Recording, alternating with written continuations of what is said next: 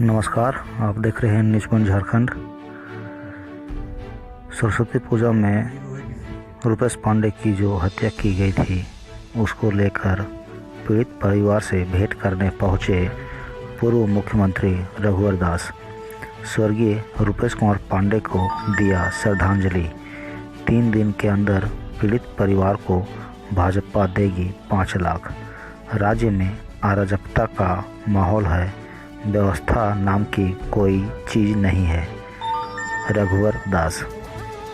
हजारीबाग जिले के बरही थाना अंतर्गत दुलमोहा गांव में पिछले 6 फरवरी संध्या समय हुई नाई टाँड़ करियातपुर निवासी सिकंदर पांडे का 17 वर्षीय पुत्र रुपेश कुमार पांडे की हत्या कांड के 6ठे दिन शुक्रवार को झारखंड सरकार के पूर्व मुख्यमंत्री रघुवर दास स्वर्गीय रुपेश पांडे के परिजनों से भेंट करने उनके आवास पहुंचे। उनके साथ पूर्व विधायक मनोज कुमार यादव, बरकट्ठा विधायक अमित यादव, पूर्व विधायक जानकी यादव, भाजपा प्रदेश सह मीडिया प्रभारी योगेंद्र प्रताप सिंह, भाजपा युवा मोर्चा के प्रदेश अध्यक्ष किसलय तिवारी, भाजपा जिला अध्यक्ष अशोक यादव आदि कई भाजपा के वरीय नेता शामिल थे। मौके पर पहुंचे रघुवर दास ने सबसे पहले स्वर्गीय रुपेश कुमार पांडे के चित्र पर पुष्प अर्पित कर उन्हें श्रद्धांजलि दिया। उसके बाद मृतक के परिजनों से भेंट कर शोक संवेदना व्यक्त किया।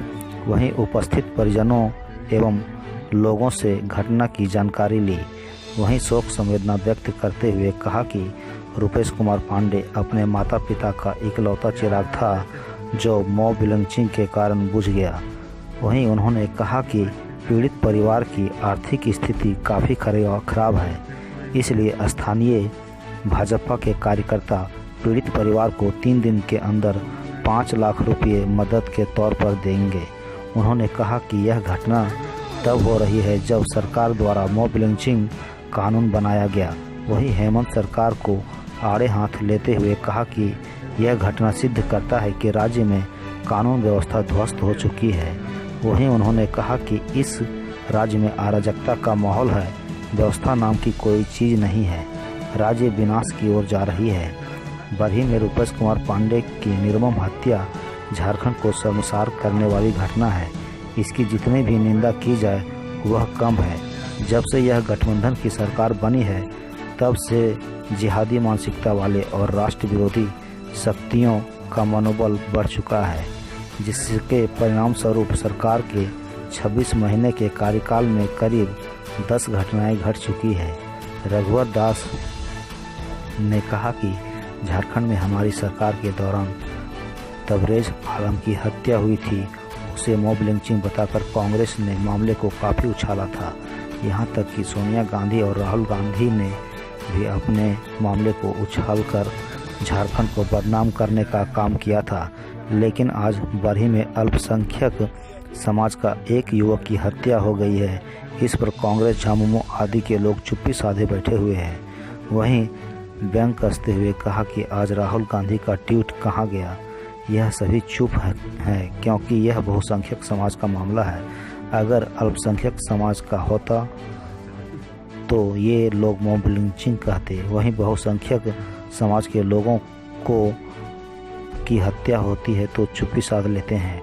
हम झारखंड वासी आपसी सौहार्द और सद्भावना बनाकर रखने वाले लोग हैं। बहुसंख्यक समाज हमेशा शांति और सौहार्द बनाकर रखते हुए विश्वास करती है और अगर हमारी समाज की परीक्षा लेगी तो हमारा समाज दबने वाला नहीं है। वहीं उन्होंने राज्य सरकार की मांग किया कि स्वर्गीय रुपेश पांडे के परिजनों को अविलंब 50 लाख रुपये मुआवजे दे। साथ ही मांग किया कि स्वर्गीय रुपेश कुमार के परिवार की ओर से दिए गए आवेदन के आधार पर 27 लोगों को नामजद आरोपी बनाया गया है। जांच पड़ताल करते हुए अविलंब सभी की गिरफ्तारी होनी चाहिए। यहाँ भय का वातावरण प्रशासन नहीं बनने दे। साथ ही बहुसंख्यक समुदाय के 87 लोगों पर दर्ज हुए प्राथमिकी पर कहा कि यह झूठा केस दर्ज किया गया है, उस पर प्रशासन अविलंब रोक लगाए। पीड़ित परिवार द्वारा जो भी आवेदन दिया गया है उस पर प्रशासन बिना दबाव के निष्पक्ष जांच कर दोषी पर कार्रवाई करे। सभी दोषियों की गिरफ्तारी होनी चाहिए। रघुवर दास ने कहा कि पीड़ित परिवार की ओर से दिए गए आवेदन में मॉब लिंचिंग के धारा लगना चाहिए था, इसलिए मैं डीजीपी, राज्यपाल और एसपी से बात करूंगा। वहीं उन्होंने सरकार से फास्ट ट्रैक कोर्ट के माध्यम से कार्रवाई की मांग की। साथ ही उन्होंने कहा कि रूपेश हिंदुत्व पर मुखर होकर बोलता था, इस पर कहीं न कहीं दूसरे समुदाय को चिढ़ था, जिसके कारण शायद इसकी हत्या की गई होगी।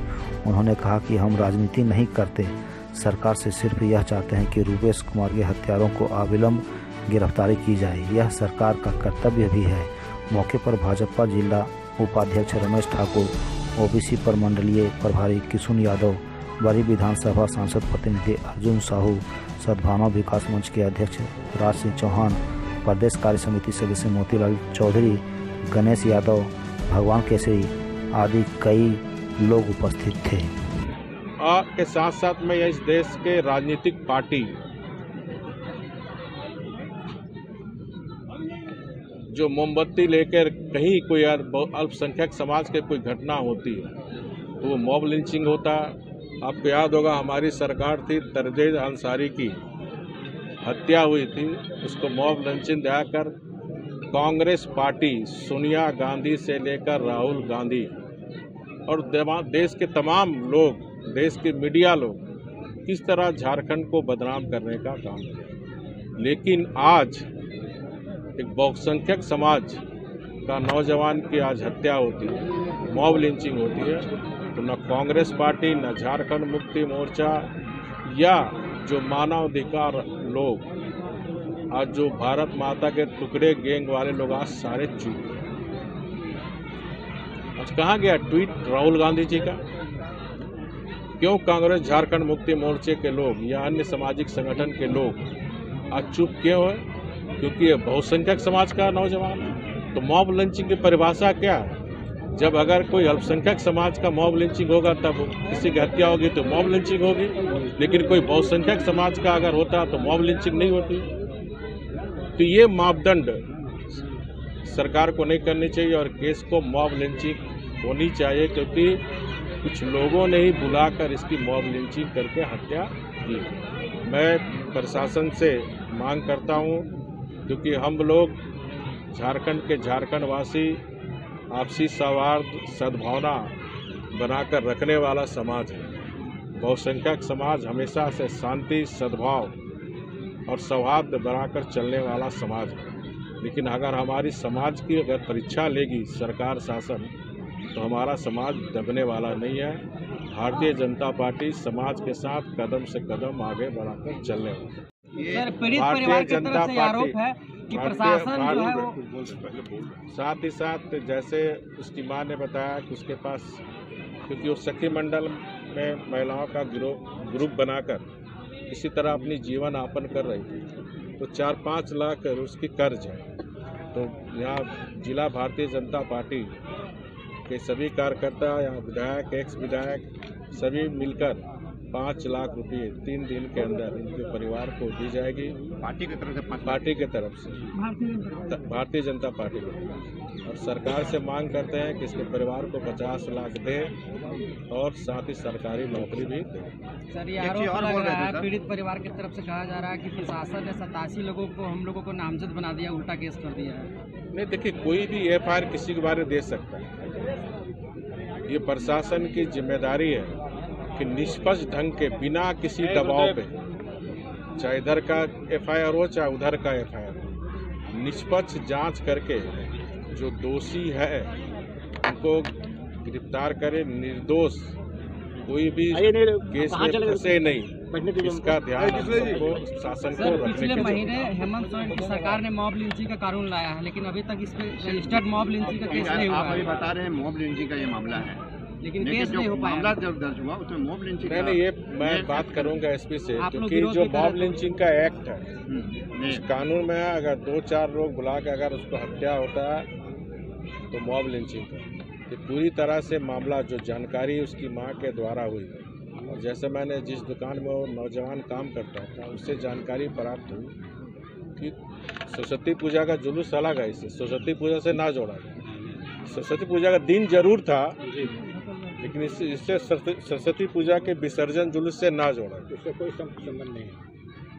उनको बुला के जैसे बताया गया कि वो थोड़ा सा हिंदुत्व का मुखर होकर बोलता था, तो हमें लगता है कि कहीं न कहीं चिढ़ थी और उसका बदला लेने के लिए उसको दुकान से बुलाकर बात पे हेमंत बात सोरेन जी बुला ट्वीट के करते हैं। दिनों सरस्वती पूजा के दिन, शायद रविवार दिन था, एक 16 वर्षीय होनहार नवयुवक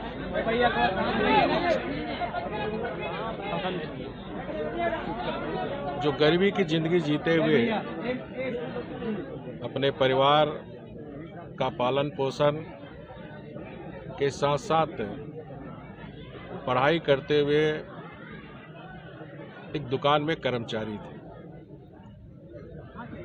जो उनकी माताजी से और अन्य लोग से जो जानकारी प्राप्त हुई कि दुकानदार से कुछ लोग, दुकान में से कुछ लोग के द्वारा उनको बुलाया गया और एक संप्रदाय के लोगों के द्वारा उनकी निर्मम हत्या, और ये निश्चित रूप से ये घटना झारखंड को शर्मसार करती है।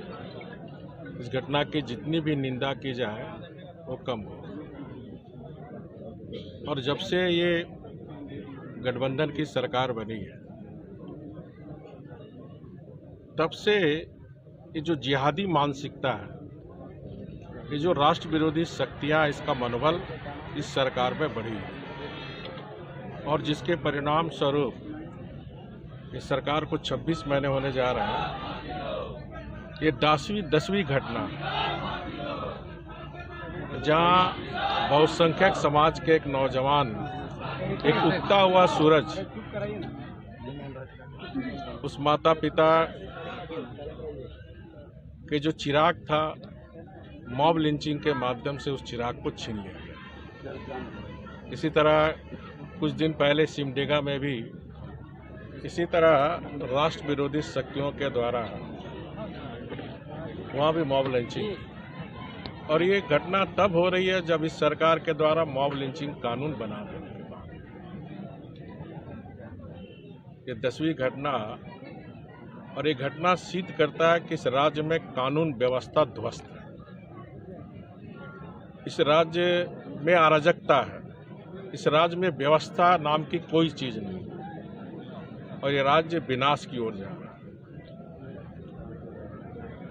तो मैं अविलंब सरकार से मांग करता हूं, क्योंकि बहुत गरीब परिवार के लोग हैं, घर का इकलौता